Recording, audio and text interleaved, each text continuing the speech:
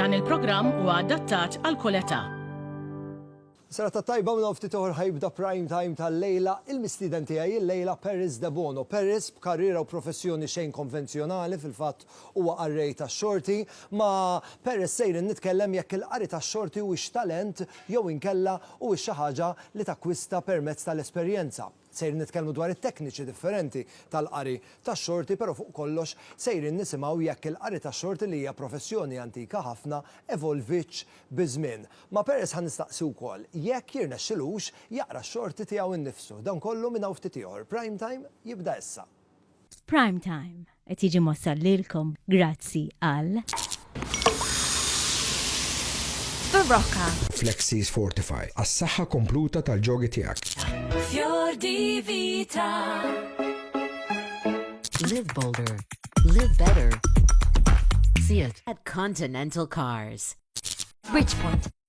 Best Deal Properties.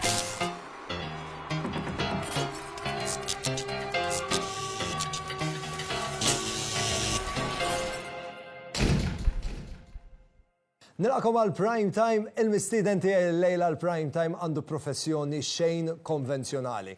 Nilqa' miegħi lil Debono. Serata tajba Paris, grazzi tal-li aċċettajt l-istedina. Thank you. Tajb li ngħidu li Paris għamel snin twal jgħix barra minn Malta għalhekk illum il-konverzazzjoni jiena ħanpoġġelek id-domandi bil-Malti u inti rispondini kif tkun komdu bl-Ingliż jekk tħoss li tesprimi ruħek aħjar. Għandi bżonn ftit dettalji biex nirreġistrak Paris. Okay. Isem ukun jom? Debono. Debono. Data ta' twelid?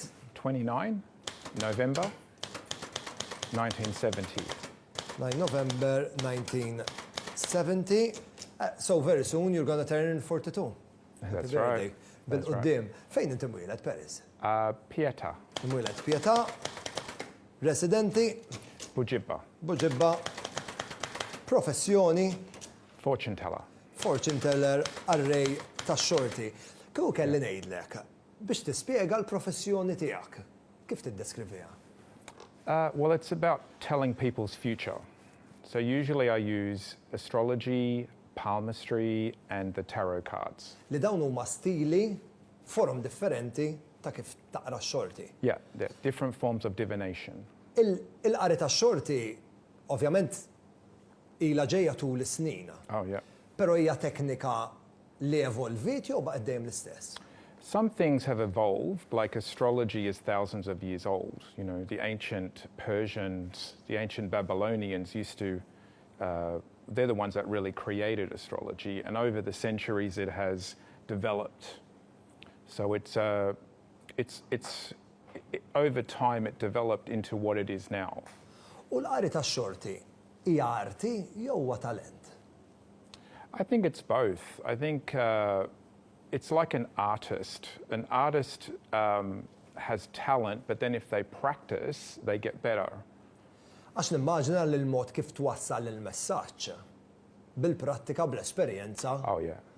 Ovvjament għandek iktar mod kif twassal. Yeah, I think when I first began, I would be more, like if I had a client, I'd be more stuck on things or blocked, you know, and I wouldn't know how to answer. But over time, you get better and better. You get more confidence, you get more experience, and then you start to work with clients a lot more effective. Tħalt fid-dinja tal-qari tax-xorti, kważi nistgħu ngħidu b'kombinazzjoni fil-bidu ta' snin design, proġett tal-iskola, le? Yeah. I started because I was fascinated with the tarot cards. Like I can show some cards. Yes. So I was very fascinated with the images, and I wanted to know what they meant. And I was in art school, because I'm an artist, and I wanted to know what the cards symbolized. So I went to a fortune teller and she read my cards, and I asked her, after the reading, I asked her if she would teach me what the symbols were, which she agreed, and I went to a class with her, but I did not think I could read them. I just wanted to learn what they meant. And then after I did the course with her, she said that I had the ability to read them, and that's how my career began, because this was not something I planned. This was just something that I was interested in. Jekk nitkellmu dwar il-qari tax-xorti, hija kapaċità huwa xi ħaġa li inti tista' tagħmel fuqek innifsek jew le mbagħad ħadd ieħor irid jagħmilha fuqek?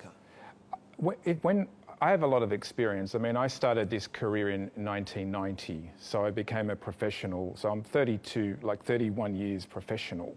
In the early days, probably I couldn't read myself very well because I was too biased or I was seeing what I wanted to see in the cards. But over time, every human would do that. But over time, now I can tell what the cards are telling me. So yes, I can read for myself, yes. Qegħdin nitkellmu fuq il-karti. Kull karta għandha tifsiriet differenti jew il-tifsiriet tal-karti huma fissi? So every card has a different meaning. So we have the star, which is hope.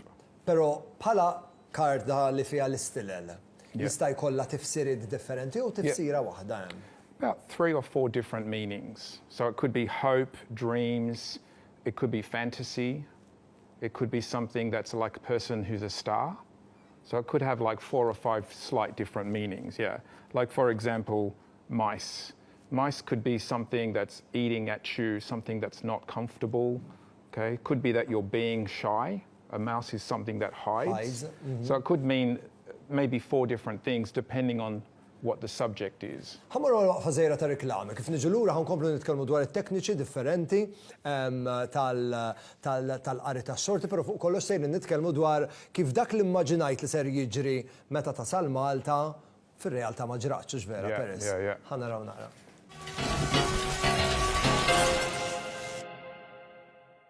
Nilqakom lura għal prime time illum qiegħed ma' Paris Debono li għandu karriera xejn konvenzjonali fil-fatt huwa qarrej tax-xorti. Paris, kemm ilek Malta issa? About a year and a half. Sena u nofsa. Yeah. Tirrakkonta kif qabel iddeċidejt jekk għandekx tiġi Malta, inti rajt il-karti x'ħajdulek hux? Yeah, well, I'm from Sydney, so I had a business in Sydney, I had a shop there, and my lease was finished in 2019, and I asked the cards, should I do another 4-year lease and stay in Sydney, or should I come to Malta? Dan kollu qabel is-sitwazzjoni tal-COVID. Yeah. And the cards told me not to sign a lease. It told me to travel to Malta. So when I got here, and it also said I would be successful. The card that I got for Malta was the sun, the Shemsh. Right? Li taqbel ħafna ma' Malta wkoll. Yes, hot, right? So the card said I would have success in Malta. So when I got here, then shortly after COVID happened, and then I thought, why were the cards wrong? Because I was expecting to have like success, instant success. But the cards were correct because now I'm starting to build my reputation here as well. Fil-waqt li ovvjament l-Awstralja sitwazzjoni għadha. They're in lockdown right now. Fil-fatt nixtieq naqra Facebook status li tellajt inti iktar kmieni din is-sena f'Ġunju li vera nixtieq li nitkellmu fuqha u nispjegaw. Fil-fatt inti ktibtek. I have to admit, when I moved back to Malta, I thought people would be closed-minded, that they would Bible bash me or ask me for lotto numbers. But so far, I was proven wrong. Yeah. Fi kliem sempliċi bdejt taħseb li ħadd tiġi Malta u l-professjoni tiegħek ma kienx xi ħaġa li ħadd tiġbed attenzjoni, però bil-maqlub. Yeah, well, a lot of people told me that I shouldn't start a business here. A lot of people were saying that, people here would not be open to it, would be, afraid. But what I've found actually is people are very open here. People that actually meet me and come to me and talk to me are very open. I mean, sometimes on social media there are trolls, but that's in every exactly in every ma' kull thing. naħa tad-dinja. That's right. That's right. Nixtieq nitkellem naqra dwar il-karti, nfadlilna ftit minuti. Kurzita personali tiegħi hija li tifsira ta' karta għalija jista' jkollha tifsira differenti għalik jew dejjem l-istess. The cards generally have a certain, like I said, they have a certain type of meaning, but then you also have to add a little bit of your interpretation. So, for example, the heart, right? The heart is love, affection. So if you were to read it, you might think love, affection, and I might read it like love, like enjoyment. So it will be slightly different, but it will have the same vibe. But this card would not say like catastrophe or something bad. This is a good card. So whoever reads cards would know that it's a love card. So teknikament il-cards jinqasmu fit-tnejn, good cards u bad cards? There's good, there's bad, and then there's in between. Yeah, like for example, the clouds Clouds is in between. Someone cloudy, confusion, right? So if someone gets the clouds, it's better to get the sun, isn't it? If you're asking a question of the cards, should I open a business, and you get the sun, that's good. If you get the clouds, it's not so good. Then if you get the mice, like I showed before, if you get the mice, this is probably saying don't open a business. Eżatt, għax ovvjament il-ġrien huwa sinonimu ma' xi ħaġa xejn pożittiva u x'vera. Dejjem qegħdin nitkellmu fuq it-teknika tal-cards aħna, però aktar kmieni inti semmejt forum differenti ta' kif tista' taqra x-xorti u x'hekk hemm il-cards. There's astrology. Astrology is the planets. And when you're born, when a person is born, the planets are in a specific position, right? And then an astrologer will look at the planets and the movement of the planets and tell you whether it's a good time to travel or study or to get in a relationship or... Kollox jiddependi mill-ġurnata li twilidt inti. Yeah, and hour and place. The place you're born... Jaffettwa wkoll il-post. Yeah, the place, for example, if someone's born in Australia and someone's born in Malta, it will be slightly different because the planets will be in a different position. Żgur huma suġġetti interessanti u intriganti għax hekk taqbad tiddiskuti fuqhom peress. Ma taqfaqat fadlina l-aħħar 30 sekonda. Naf li mbagħad hemm il-palmistry. Palmistry as well, yeah. Palmistry is the hand. Għax il-forma tal-id, il-forma tal-linji għatu messaġġ x'jagħti il-messaġġ. It tells you about your personality, it tells you what your strengths are, your talents are. So for example, if you have a very strong Apollo line, Apollo is the sun, Apollo. Right? Right. The sun means fame, being famous, for example. So when someone has a strong line of Apollo, it often means they're famous, right? And if they have a strong Jupiter finger, pointer is the boss. You're the boss, because you're telling people what to do. So if you have strong lines that go to Jupiter... U tagħmel differenza hekk li ċellugija u li... I usually read the hand that you write with, your dominant hand, it's called. But I also look at both. But I usually ask the client, are you left-handed or right-handed? Għax dik tagħmel differenza jekk inti tkun tikteb waħda. Yeah, it's called the dominant hand. Jew tikteb l-oħra. Jekk inkomplu nitkellmu ma' fuqat peress hemm ħafna affarijiet interessanti relatati ma' dil-professjoni tiegħek. Grazzi tal-li sibt il-ħin biex tiġi hawnhekk. Thank you. Titkellem miegħi. Għandi ftit rigali żgħar biex nuri apprezzament tal-li ġejt miegħi hawnhekk illum. Fil-fatt naf li tuża ħafna l-vuċi u fil-fatt grazzi għal Valda Pastels għalik għandna numru ta' prodotti Valda biex tkun tista' tużhom fil-ħajja tiegħek ta' kuljum faċli biex iġġorhom miegħek u żgur ser issibhom utli kif ukoll grazzi għal Kuċina Doro għalik għandna selezzjoni ta' Kuċina Doro biex tkun tista' tittoppja l-pentri tiegħek jekk tikkombinhom mal-ingredjenti favoriti tiegħek żgur ser tikkrea dik it-toba perfetta. Grazzi ħafna u l-kumplament tas-serata. Thank you. Tajba.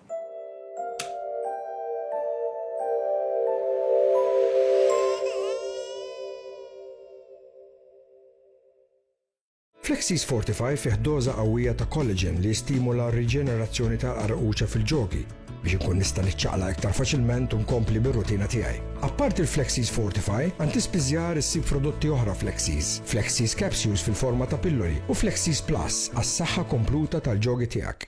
L-plastik li jintuża darba biss jagħmel ħafna ħsara lill-ambjent kollha kemm aħna nafuha. F'Malta sabiex naċċertaw li fi żmien li ġej konna ambjent aħjar, minn Jannar li għadda daħal fis-seħħ leġiżlazzjoni fir-rigward tal-plastik li jintuża darba biss. Minn Jannar li għadda ċertu oġġetti tal-plastik li jintuża darba biss ma jistgħux jiġu iktar importati. Minn Jannar li ġej it-tqejjed fis-suq ta' dawn l-oġġetti mhuwiex possibbli lanqas. Kollox skont il-liġi.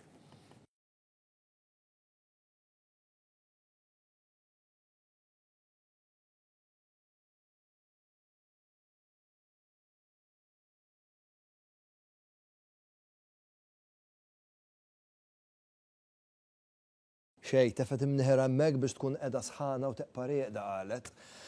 Qabel ma nħallikom nixtieq ngħidilkom grazzi tal-li kontu miegħi il-lejla, il-logħba tagħna kontra 30 sekonda ħadd irritorna għada ġifieri jekk intom tridu tipparteċipaw tridu tibgħatu SMS illum fuq in-numru 50612100. Grazzi ħafna tal-li kontu miegħi fil-ħin tal-lejla, niltaqgħu għada, komplu segwu l-istazzjon favorit tagħkom, l-istazzjon 1, però fuq kollox nixtieqilkom il-lejl tajjeb. Saħħa. Niltaqgħu għada. Ciao.